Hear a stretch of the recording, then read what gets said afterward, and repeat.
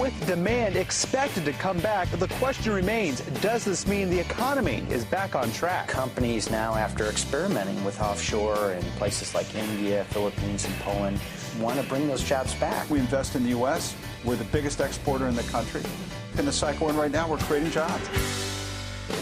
From Radio America, it's Neil Asbury's Made in America, the show that explores American industry, large and small, and promotes American-made products everywhere.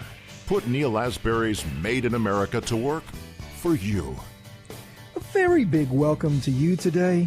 I'm your host, Neil Asbury, together with co-host Dr. Rich Ruffin. So, Rich, not long from now, you might have heard that we have an election coming up. And my goodness, emotions are running high. They are running high. And that's great. I mean, passion is a wonderful thing. Hey, look, we've got to stay away from all of this rhetoric and trash talk and hurting people and all of that. I mean, it just has no place in America on either side. And we hear far too much of that, far too much of that. And it's coming from all kinds of places. And there's a lot of this holier than thou stuff going on, right? And, you know, one side forgets what the other side says, and then something happens and they forget their rhetoric. And come on, man, we got to get beyond that. And I don't know how we do. I mean, it's just like we're in a really weird place right now in this country. Well, you know what? It's sort of like the Dark Ages. I mean, and here we are doing things that we never thought we would be doing as this nation moves forward. And, yeah, it's very, very sad. You know, we are going to have an election, and elections have consequences, right? Yeah, there's a big one in this one. That's for sure. Oh, my God. People are lining up right now. You know, they're getting confused. Some of them think they're waiting for an Apple phone. and they get, but no, which model are you getting, man? And they go, well, I don't know. This is for voting. I didn't know they were giving phones out. And this is a midterm. This is not a presidential election. Could be the biggest midterm election in over 100 years, but we're going to learn about that with our guest. Yeah. And, hey, let's get right into it. We're very, very pleased to have with us Deroy Murdock, who's an American political commentator. He's also a contributing editor at the National Review Online and also a Fox News contributor. And he's recently published a piece in National Review, and the title was this: The Key Question That Could Keep Congress Republican. Wow, because, you know, a lot of folks, what was it, it's kind of like a foregone conclusion, 85% chance that the House is going to flip, though it doesn't look that way with the Senate. It looks like it's quite the other way. Yeah, but you know what's interesting? It was 86 the other day from Silver, and then this morning was like, well, maybe it's 80. He was the one who said that Hillary was going to win by a landslide. Uh-huh. Hey, look, sure. We got to bring Deroy on right now. Hey, Deroy, thanks for coming on the show. Neil, how are you? Good to talk to you. You too, and wonderful piece. And I'm going to start off with the first sentence. Are you better off now than you were 2 years ago? So is that the key question that could keep Republicans in control of Congress? I really do think it's a nice, simple question that candidates, political activists, people like us in the media should ask American voters. And I think first of all, the country overall is better off than we were 2 years ago. And I think most Americans are better off 2 years ago. And if they directly are not, then their loved ones are, their neighbors, what have you. I mean, you look at, first of all, the GDP growth rate. We heard under Obama that the new normal is 2%. You can't grow above 2%. That's about the average he was able to deliver across 8 years. And 2 years ago, in the first half of 2016, we were growing at 1.9%. We're up to 3.2 for the second half of 2018 and first half of 2018, and the number could go even higher when we get new figures. Unemployment right now is spectacular. The unemployment rate right now, 3.7%, has not been this low since December 1969, compared to where it was under Obama, which is 4.9%. For women, it's incredibly dramatic. It's gone from 4.4% down to 3.3%. That's the lowest number for female adult unemployment since the days of Dwight Eisenhower. So the Trump economy is bringing us back to levels of prosperity we've not seen since Ike, which is incredible. And the reason for this is GOP policies, reducing taxes, cutting regulations, and having, I think, a pro-business tone from Washington, D.C. Under Obama, we heard, you didn't build that, you're part of the 1%, shame on you, you're evil. And under President Trump and the GOP, what we hear is, great, you want to start a business, go for it, wonderful, please build your American dream, hire people, and good luck, and we're proud of you. And so people in that kind of an environment think, well, I guess it's okay to hire people. I'll start my new company. I'll invest in this business. I'll expand my factory, what have you. And boom, all of a sudden people are going back to work and the good times are rolling. So keep that up. It's a great story. It's a great story. It's a beautiful story. It's a great story. So why are we having a problem? I think part of it is the media have no interest in talking about this. They, of course, want to keep everybody's eyes focused on different shiny objects, whether it be Stormy Daniels or this relentless Russia probe, which has proved nothing. We're all still waiting to see any evidence whatsoever of Trump-Russia collusion. That's like the Loch Ness Monster or Bigfoot. Maybe it'll suddenly pop up in the middle of the Twilight Zone or something like that. And so the media don't want to focus on this because they obviously are rooting for the left and rooting for the Democrats. I do think the GOP could do a much better job of asking this very simple question: are you better off now than you were 2 years ago? Just boil it down to that one sentence, and I think it gets in people's heads and gives them something to focus on. And instead, a lot of people are just talking about a whole bunch of different topics, and that's a shame. Deroy, and all of that's true, and there's all kinds of statistics out there. And if you look at African American unemployment, I mean, it's crazy. It's crazy good, meaning positive. If you look at Latino, if you look at women, a lot of these groups that in demographics, when the economy has been booming, maybe they have not been doing as well. But that's not true this time around. It's not true. But yet, at least the media would have us believe, and there's a lot of truth to it, that Latinos, the overwhelming majority are against President Trump. African Americans, the overwhelming majority are against President Trump, and so on. And they'd also want you to believe that all the women of America are against President Trump, and those that aren't are just subservient and they don't have a mind of their own. That's right. Yeah, they listen to their husbands or boyfriends. And that's it. They can't think. That's right. But what's wrong with all that? Why is it like that? Well, I think what's wrong with it is it's largely not true. Right now we have black unemployment at, I think it's 5.9%, excuse me, 6% now. It was 5.9%, I believe, in May, if I'm not mistaken. That was the lowest ever recorded. I believe at the moment Hispanic unemployment, I believe, is at the lowest level ever. So we're at or near record lows for unemployment for minorities in this country. I think people of Asian background, I believe, are the lowest in history. This is remarkable. And you also find at the same time, maybe it's not a coincidence, according to the recent Rasmussen poll, 36% of black Americans approve of President Trump's performance. Now, that's not a big number, but it is amazing that it's not 1 or 2 or 3%, because you hear every single day, he's a white nationalist, he's really a Klansman, he hates black people, blah, blah, blah. That's what you hear from the left-wing media nonstop. It's nonsense. It is relentless. It's a pile of relentless lies. I mean, if he really hates black people, why did candidate Trump go campaign in black churches in Detroit and Flint, Michigan? Why did he campaign at a predominantly black charter school in Cleveland? Why was one of the first things he did as president to bring in the presidents of the historically black colleges and universities, have them in the Oval Office, and then set up a White House office to assist the historically black colleges and universities like Spelman and Howard University? Why did he have Kanye West at the Oval Office and then have him over for lunch? I mean, people I don't like, I don't invite over for lunch. And if Trump really hates black people, why did he bring Kanye West and Jim Brown to have lunch with them at the White House? So the left loves to scream racism and bigotry. They pull it out of the air. It's utterly meaningless. And it's, other than saying somebody's a murderer, it's about the worst thing you can call somebody. And the left throws it around all the time without any basis in fact. And despite that, Trump is seeing 36% job approval among blacks. If half of those people show up at the polls and vote Republican, and the GOP has 18% support among blacks, it's going to be a very, very sad night for the Democrats on November. Well, it's game over at that point.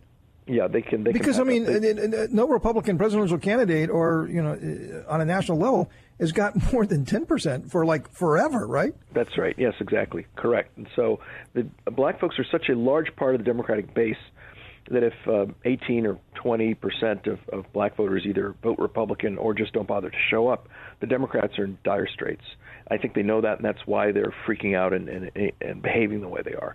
And I think if especially if Trump were to go visit some black neighborhoods, as he should do between now and the election, and say, look, things are so much better now than they were under Obama. You keep voting Democrat, and these people maintain rotten schools, a lot of crime in your neighborhoods. The economy is not as well as it should be in black neighborhoods, and yet 18, 19, 20 months into the Trump administration, you're seeing historically low black unemployment.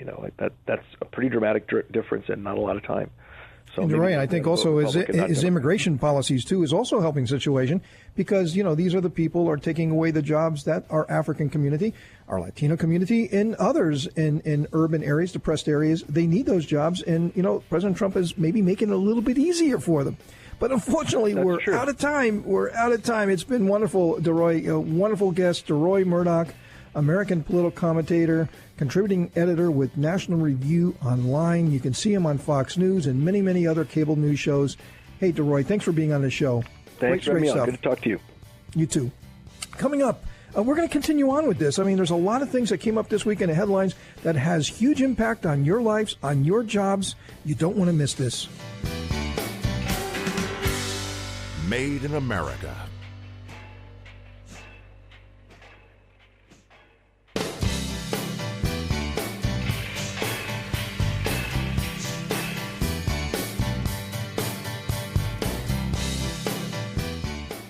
Welcome to Made in America. I'm your host, Neil Asbury, together with co-host Dr. Rich Ruffman. Hey, Rich, Deroy Murdock, man, a great American, a wonderful thought leader. I mean, wow. He very great with his thoughts and his ideas. You can understand very easily. But here was the key thing here: 36% African American approval of President Trump. I mean, that's a statistic that I would not have thought. And if those people were to vote, based on approval, I mean, that is a tectonic shift in American politics. And when you think about it, African American, they're conservative, they're very spiritual. Religious people, very patriotic people. They want to clean up their communities from crime. They want good, solid police protection. The vast majority. I mean, what mother wants their children to be walking down the street and have all of these gangs and drugs and That's all right. of this? President Trump is trying to do something about it. I mean, he's very supportive of trying to clean up some of our urban areas and make it less crime or no crime, to where people can have a decent life and they can get educated and they could have families and they're not living in fear. I mean, why would that not be appealing to our minority communities? But boy, if you turn that much of the solid Democrat vote Republican, it would be an amazing thing in this country. Well, it would be wonderful because actually something could get done. And I just find it amazing. When you look at Chicago, for example, Chicago has been, and Illinois for that matter, the whole state has primarily been Democratic controlled. It is so messed up. One party rule. Is so the city bankrupt. of Chicago, I don't It's horrible. know. I don't think they, in the history of the city, have had a Republican other than a Democrat. No. Right? The Dalys nothing. ran the place forever. Exactly. And now Rahm Emanuel, and I guess he's leaving, but he's leaving town. I think with his tail between his legs here, right? Well, listen, you got too many people being shot, a lot of people being killed. It's just very ineffective. The numbers are horrible. Very ineffective. He has been horrible. He's been horrible for the black and the minorities in that community. Mm-hmm. I mean, just depressing them in terms of economic growth and spiritual growth and health growth. And now that I said health, that's a segue, and I did that on purpose. One of the things I found out from Deroy's writing, which is amazing, and I suggest people go look what he's doing at National Review.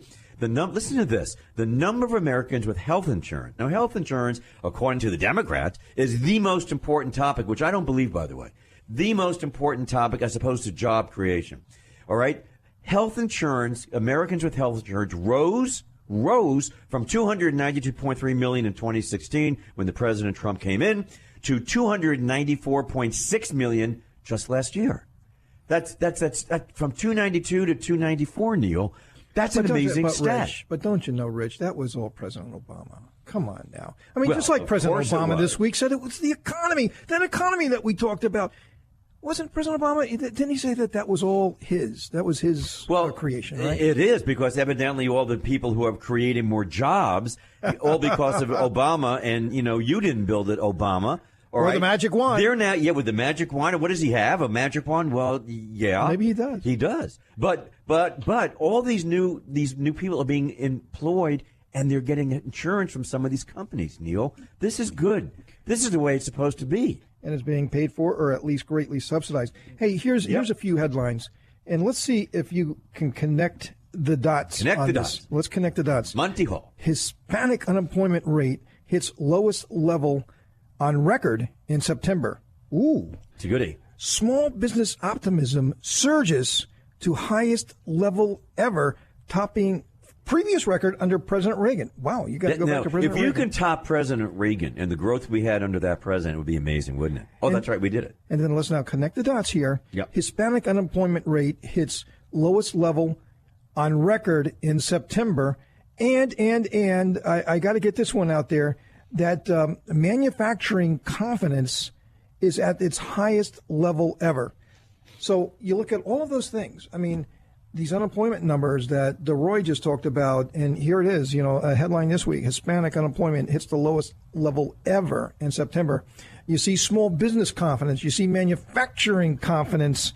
Don't you think that's the reason why these people are working? It wasn't that way under President Obama. I'm sorry, President Obama, but that is not what you were promoting. You were promoting something very, very, very different. And that's why we did not have this optimism. We did not have these employment numbers. The people that you're ostensibly representing, your constituents, were suffering. They were struggling under your policies. Things changed, and now they're working. They have a bright future. That's what's happened here, Rich. Oh, it is a complete shift in what was to what is today. And it is remarkable. That's why everywhere you look, every component that you look at the economy in this country is doing really, really well right now, including, Neil, the energy industry. Remember, under Obama, the energy industry was suffering.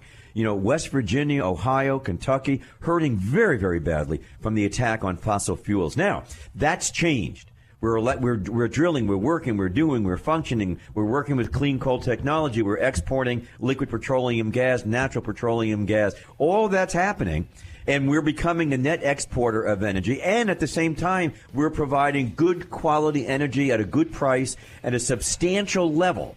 We got a wonderful guest coming up. He was with us a couple of weeks ago. We really, really loved our conversation. Brian Darling, who's the president and founder of Liberty Government Affairs.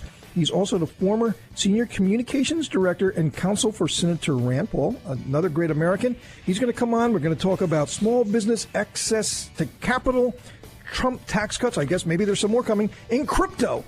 I mean, this virtual cryptocurrency that everybody wants to understand what it's all about. And I have no clue what it is. We're going to find out. You don't want to miss it. Made in America.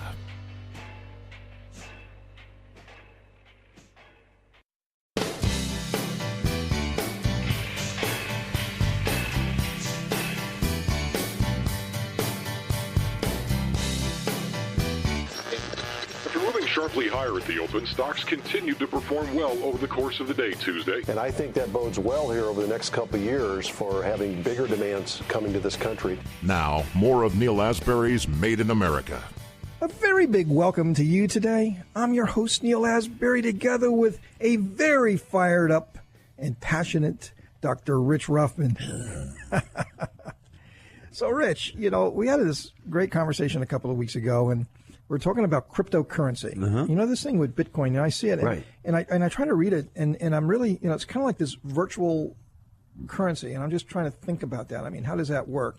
I mean, when you think, the U.S. dollar is kind of like a virtual currency. I mean, what's behind the U.S. dollar, right? I mean, it's the word what's behind and it? The promise of the government. The word and the promise the of the word government. and the promise of the government. It sure isn't gold. And its value. I mean, what establishes its value? I mean, really, think about it. So what really establishes value in trading and everything we do, and job creation and the things and the products we make, the services that we provide, it's all paid for in currency. And then obviously the people we hire and, all of the services and the things we need to run our companies, it's all paid for by currency that's got some value attached to it. And sometimes that value, I guess it's, how does it get established? And how can it rise and how can it fall? And if it does fall, how far can it fall? And our whole way of life is based on this currency that people attach a value to it. But how is that value substantiated? I don't know. It's a fascinating. Before there was gold, now there's no more gold. It's all trust and belief. Well, and that can be very fickle, by the way. Yeah. We're very pleased to have on with us right now Brian Darling, who's the president and founder of Liberty Government Affairs and also the former senior communications director and counsel for Senator Rand Paul of Kentucky. Brian, welcome to Made in America. Thanks for having me on. So, Brian, we talked a couple of weeks ago about cryptocurrency, and you're kind of walking us through this, and we had just kind of got started. But this is a really fascinating discussion. It's something that takes more than a minute.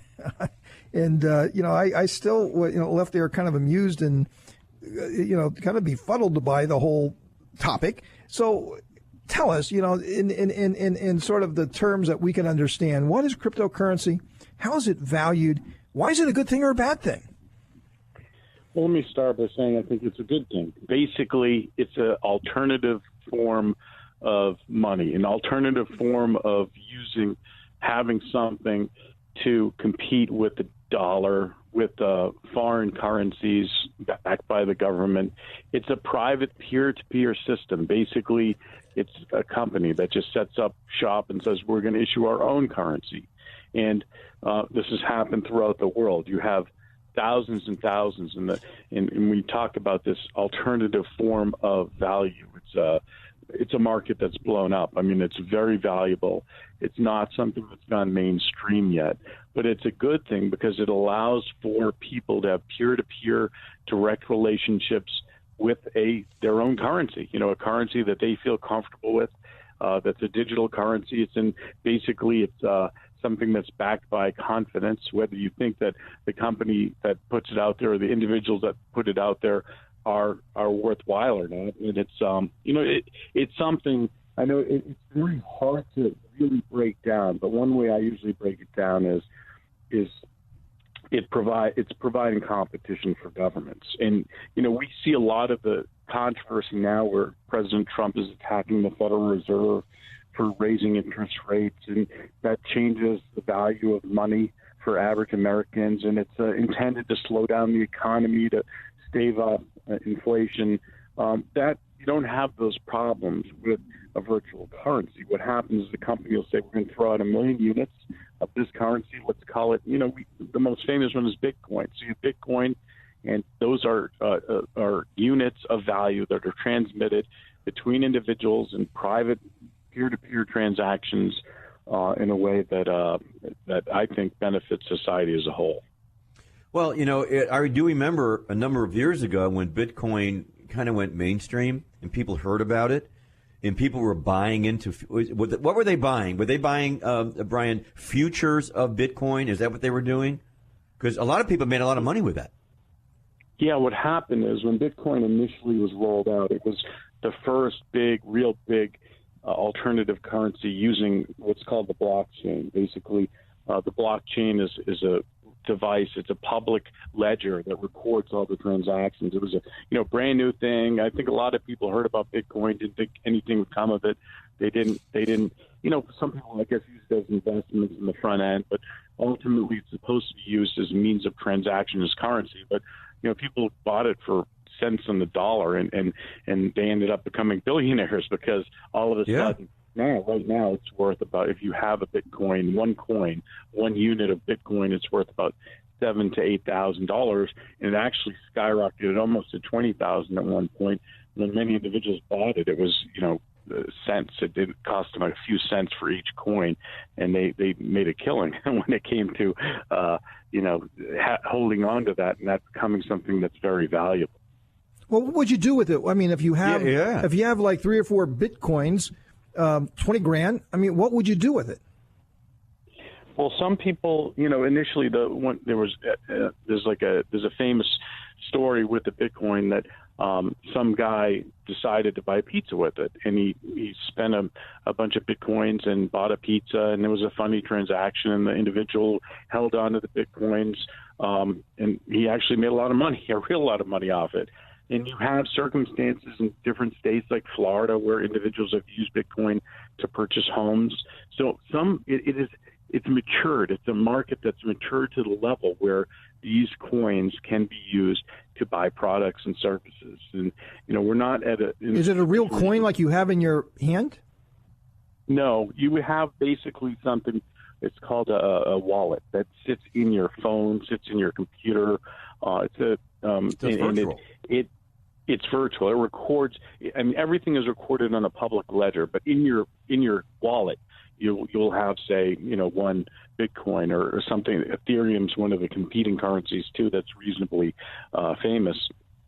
So you have that in your wallet, and someday you'll go in your wallet and you can use your phone and just scan it and say, I'm going to transfer 0.001 of a Bitcoin for a cup of coffee, or for a pizza, or for maybe you can go out and use half a Bitcoin and buy a car. But we're not there yet. But some people are using it. We already do have circumstances where Bitcoin is being used to buy property, being used in very limited circumstances, because it's been hard for it to break through. It's still so in its nascent stages. It's still a baby in terms of market growth. Hey, Brian. Hey, we're going to stop there for a second. We're listening to Brian Darling, who's president and founder of Liberty Government Affairs. We're talking about cryptocurrency, very fascinating topic. We're going to move on to some other things here. You don't want to miss us. Stay with us. We're going to be right back. Made in America.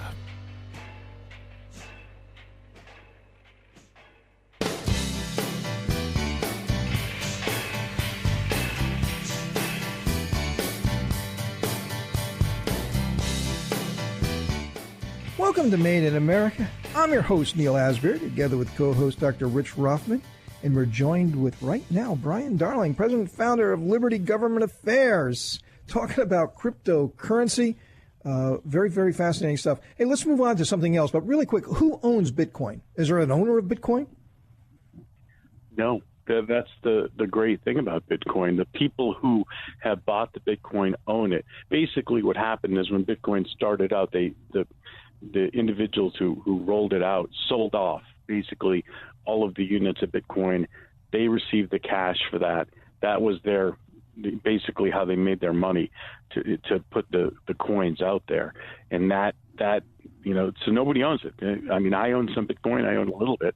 And everybody who basically has put money in and bought Bitcoin has it, and it's all recorded on a public blockchain ledger. So it's owned. It's very dispersed, and that's what's wonderful about it. Nobody does own it. Unlike the fiat currency of cash and the dollar, it's not ultimately owned by the federal government. It's owned by the individuals who own a piece of it. So by definition, we should have had you on the show 2 or 3 years ago.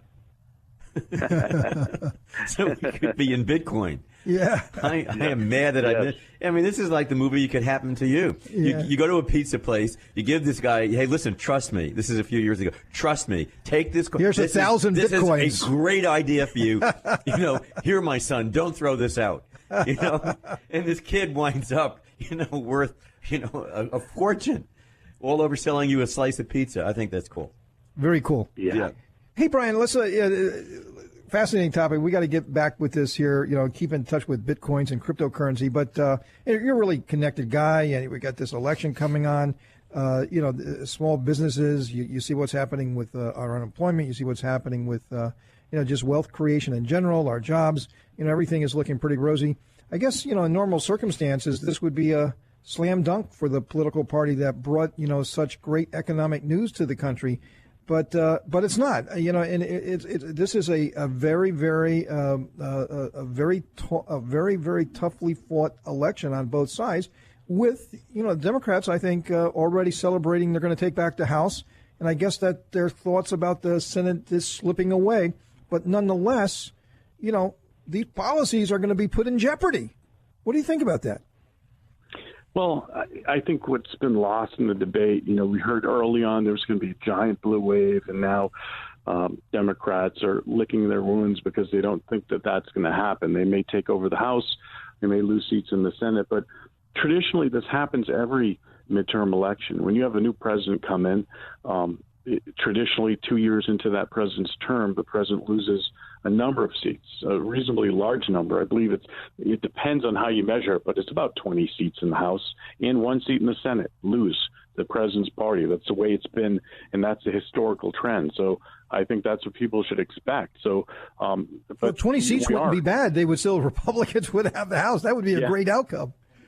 Yeah, and it might be, maybe it's going to be a little bit more than that. Maybe it's not. But I think that you are absolutely right to say that the economy is doing great. And I think the American people should reward the party in power for historic tax cuts, for the fact that, this economy is doing a lot better. People have jobs with historically low unemployment rates because of the government policies that reduced regulations, allowed small businesses access to capital through so many different means, and cutting taxes. And the promise, people are giving President Trump a hard time because he says, I'm going to do another tax cut.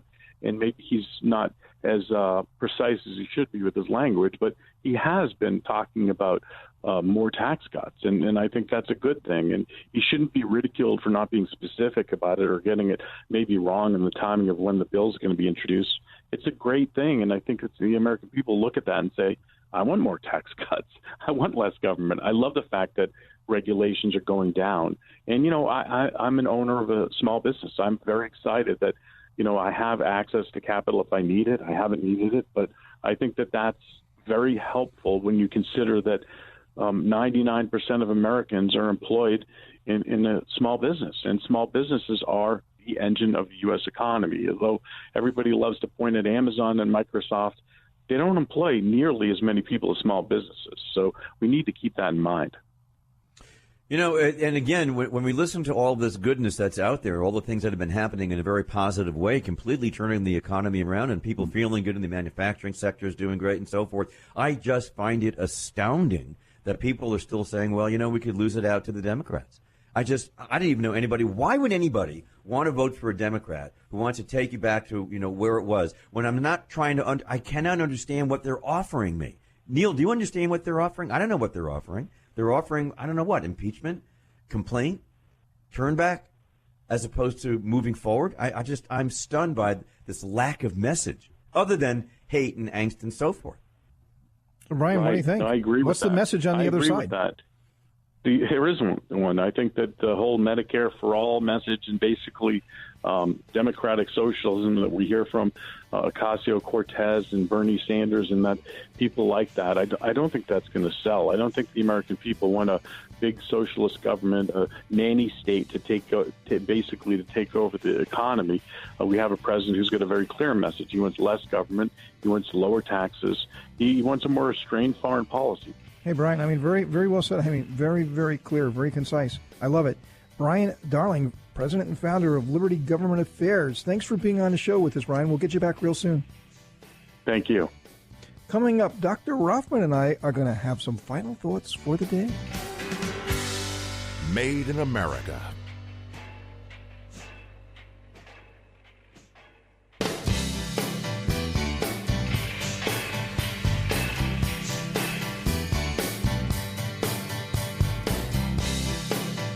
A very big welcome to you today. I'm your host, Neil Asbury, together with co-host Dr. Rich Rothman. Hey, Rich, we had a headline here that we didn't bring up just a moment ago, but it's a good one. It's a fun one. Airlines say booming U.S. economy led to record number of summer travelers. Yeah. That's cool. Yeah. That's great. Yeah. Americans are moving around. They're feeling good. They're traveling around, going to places, Yosemite, Yellowstone. I like this. That's where I go. Those are the places I like. Yeah, it's amazing. They're doing that for travel, and they're also doing that for their jobs. We know that people are now in the position to leave a job and get another job. We're becoming a little bit more transitory than we were. This is great. This is all with a strong economy. People are traveling. Hey, and I got to tell you, you go to one of the hubs, and, I got to tell you, these are big, big terminals, and sometimes it's hard to walk down the airways or whatever they are. Sort of like, I don't know, Atlanta, sort of like DFW. Yeah, exactly. I have run like a football player, which I'm not obviously, through the airport to make my flights at DFW. Unfortunately, you're going to have to knock some people down because it's just it's a wall. You do. I almost fell down the escalator. I love to see that. Yeah. I love to see so many people out traveling. I don't want to see you fall down the escalator. It's cooking, man, and things are happening out there. It's good. positive stuff. Hey, you wanted to say something about the Federal Reserve? Yeah, I have a question. I find it amazing that, we can criticize a senator or congressman and the president, that's for sure. Go on any channel right now on NBC, ABC, CBS, CNN, and so forth. They criticize the president. And the Supreme Court. And the Supreme Court. You can do all of that. But for some reason, they deify the Federal Reserve. Why is that? Why can't we, say, wait a minute, I don't know why you're going to have 5, 6 different raises, basis points going up this year because you're saying you're going to do it. Why? Where's the inflation? So don't you think we have the right? Don't you think the president has a right to make a statement just because previous presidents had never said anything? Maybe they were part of the globalist environment. But don't you think you have the right to say something because you represent the American people? I'm concerned with that. Well, here's the conundrum, right? Is that under the economy, the anemic economy of Obama, that, if the Fed didn't come in there and lower interest rates, there was gloom and doom. The whole private economy, was really, really feeling insecure. They were feeling the bottom was falling out. The bottom was falling out. There's no question about that. So the Federal Reserve kept lowering interest rates to at least put some life into the economy. Put some good news out there.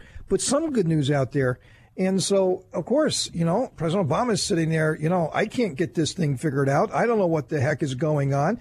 So, the Federal Reserve came in and helped them out. They said, we're going to lower interest rates. Now,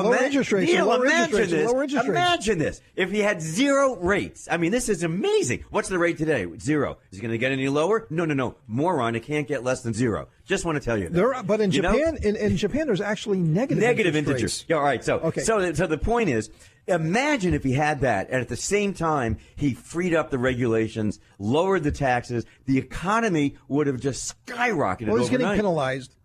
He's getting penalized by the Federal Reserve for his success. And now the Federal Reserve says, hey, we're in a good place.